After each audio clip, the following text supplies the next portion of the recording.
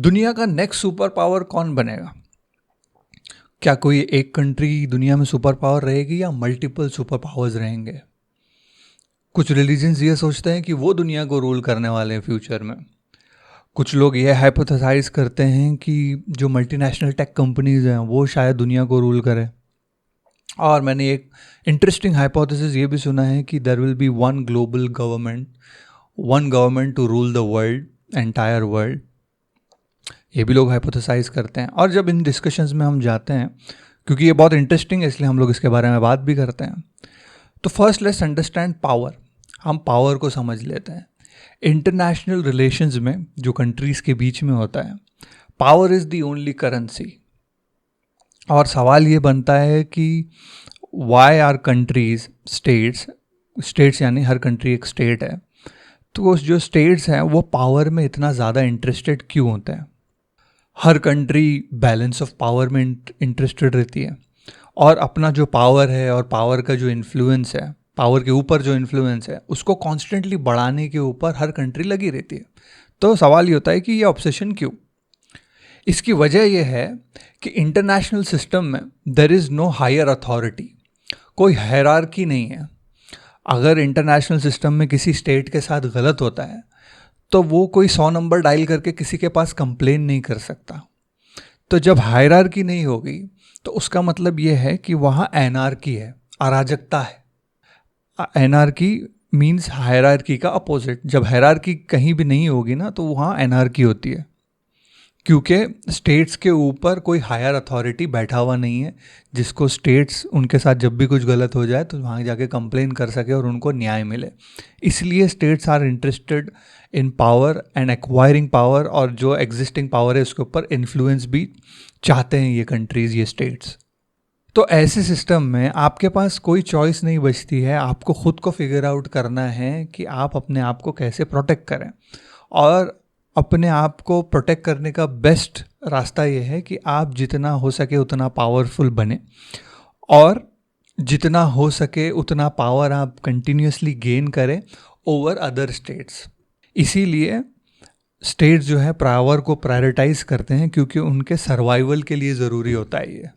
क्योंकि किसी भी स्टेट की, किसी भी गवर्नमेंट की सबसे प्राइमरी रिस्पॉन्सिबिलिटी, सबसे पहली रिस्पॉन्सिबिलिटी ये होती है कि वो अपनी कंट्री को प्रोटेक्ट करे, अपने कंट्री के इंटरेस्ट को प्रोटेक्ट करे। पावर जो है वो 3 मटेरियल फैक्टर्स का फंक्शन है। ये 3 बिल्डिंग ब्लॉक्स होते हैं किसी भी स्टेट के पावर के। सबसे पहला तो पॉपुलेशन साइज, जितने ज़्यादा लोग रहेंगे वो अच्छा है आपके लिए। दूसरा वेल्थ, आपके पास बहुत दौलत होना चाहिए।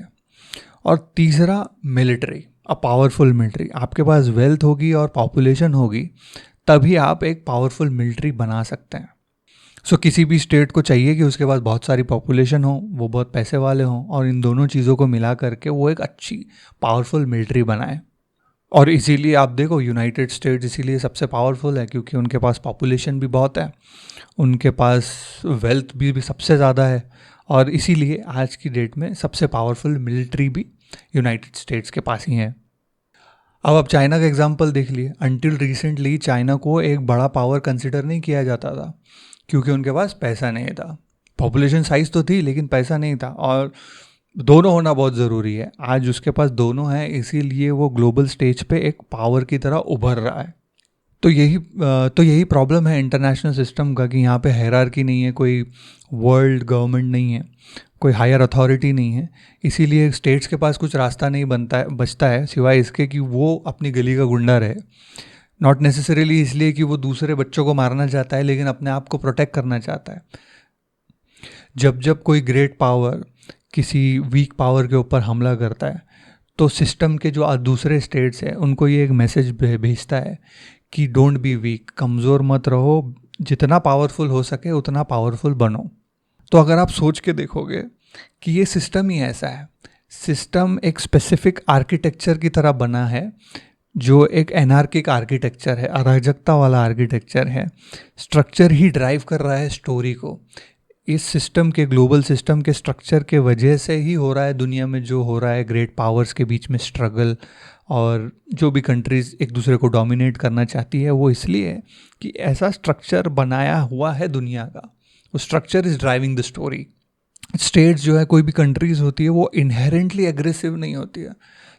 जो सिस्टम में रह करके उसको बनना पड़ता है एग्रेसिव, क्योंकि आज जो है, आज सिस्टम हायरार्किकल सिस्टम नहीं है। अगर हायरार्किकल सिस्टम होगा, कोई एक हायर अथॉरिटी होगी पूरे स्टेट्स के ऊपर बैठी हुई, तो स्टेट्स खुद वरी नहीं करेंगे बैलेंस ऑफ पावर की या पावर गेन करने के लिए, क्योंकि उनको ये आश्वासन रहेगा, ये सेटिस्फैक्शन रहेगा कि अगर हमारे साथ कुछ गलत होता है तो there is a higher power जिसके पास हम जा सकते हैं और हमारे को न्याय मिलेगा। तो अभी वो नहीं है, बट अगर होता तो ऐसा हो सकता है। और जब तक ये हायरार्किकल सिस्टम नहीं है, until this hierarchical system is not there, countries जो है वो कंटिन्यू करेंगी मिलिट्रीज़ बनाना, मिलिट्रीज़ में इन्वेस्ट करना, क्योंकि उनकी एक मिलिट्री ही है जो उस स्टेट को प्रोटेक्ट कर सकती है अगर कोई दूसरा स्टेट उनके ऊपर हमला करने आता है तो। और जैसे कि हमने बात करी ना कि स्टेट का प्राइमरी रिस्पॉन्सिबिलिटी होता है protection of the state, protection of that country. अगर आप सोचो कि वर्ल्ड वॉर 2 के टाइम पे नाज़ी जर्मनी के पड़ोसी है तो कितनी इंपॉर्टेंट है मिलिट्री आपके लिए। आप सोचो आज अगर आप पुतिन हैं और यूनाइटेड स्टेट्स घात लगा के आपकी बर्बाद करने के लिए बैठा है, आप रशिया है, तो आपको पावरफुल बनना पड़ेगा, जितना पावरफुल हो सके आपको बनना पड़ेगा, क्योंकि आपको यूनाइटेड स्टेट्स से बचना है। आप हमारे इंडिया का एग्जांपल देख लो, हमको भी एक पावरफुल मिलिट्री की ज़रूरत है, क्योंकि हमारे पास भी नेबरहुड में 2 दुश्मन हैं हमारे, चाइना और एक पाकिस्तान। तो हमको प्रोटेक्ट कौन करेगा? हमारी मिलिट्री करेगी। इसीलिए हमारी स्टेट को, हमारी गवर्नमेंट को हमेशा मिलिट्री में इन्वेस्ट करना पड़ेगा और एक स्ट्रॉन्ग मिलिट्री स्ट्रेंथ मेंटेन करना पड़ेगी, क्योंकि वही हमको प्रोटेक्ट करेगी। इसीलिए कहते हैं कि war is an instrument of state craft, शासन कला का इंस्ट्रूमेंट है वॉर। और करंटली अगर आप देख रहे होगे तो दुनिया में देखो कई सारे वॉर स्टार्ट हो चुके हैं। रशिया यूक्रेन का वॉर, पैलेस्टाइन इसराइल का वॉर, है ना, साउथ कोरिया नॉर्थ कोरिया के बीच में टेंशन्स चालू है, अमेरिका और पुतिन के बीच में टेंशन्स चालू है। तो कई सारे वॉर्स अब दुनिया में स्टार्ट हो चुके हैं। कई सारी कंट्रीज़ के बीच में टेंशन्स बढ़ गई है, जैसे चाइना ताइवान के बीच, चाइना ऑस्ट्रेलिया के बीच में।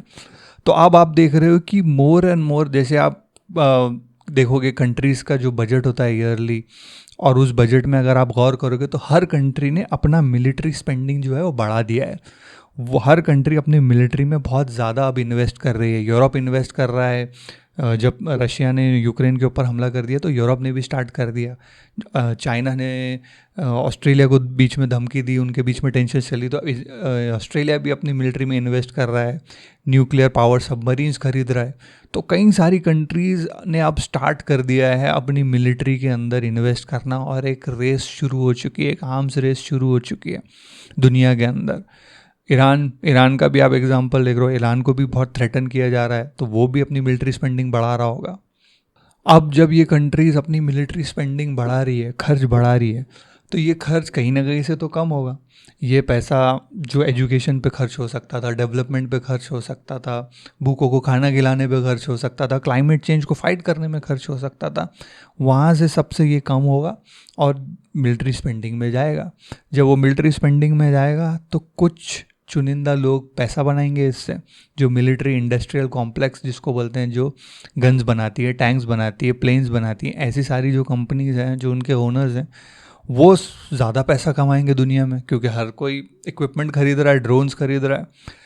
और आम इंसान का नुकसान होता है इसके अंदर, क्योंकि आम इंसान के टैक्स पेयर के पैसे से ही ये मिलिट्री पावर, मिलिट्री की जो इक्विपमेंट है सब खरीदे जाते हैं। मिलिट्री में जो भी पैसा जाता है वो टैक्स पेयर के पैसे से डालती है कंट्री।